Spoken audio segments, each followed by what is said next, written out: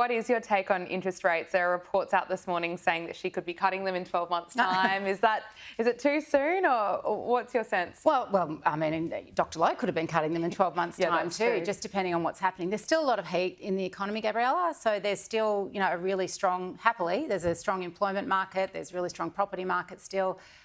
So we haven't seen the full impact of those interest rate rises come through, and generally it does take some time.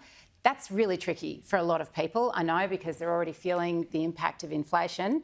And the only really way that, as I said, the RBA's got to get it down is by interest rate rises. So this is very difficult for a lot of people, but that's why, if we do have to go through a few more rises, if we can get that inflation under control, that would be a great thing. The central bank governors they all met, the European Central Bank, Bank of England, the Fed, they all met in June, and they all committed to higher rates for longer in order to get inflation under control. As a leader, what's Michele Bullock's biggest challenge here? How can she actually effectively drive change in such complicated, complex circumstances? Well, leadership is complex. These large-scale leadership roles, there's always conflicting priorities. There's always going to be ethical dilemmas. In the end, you might as well do what you think is right.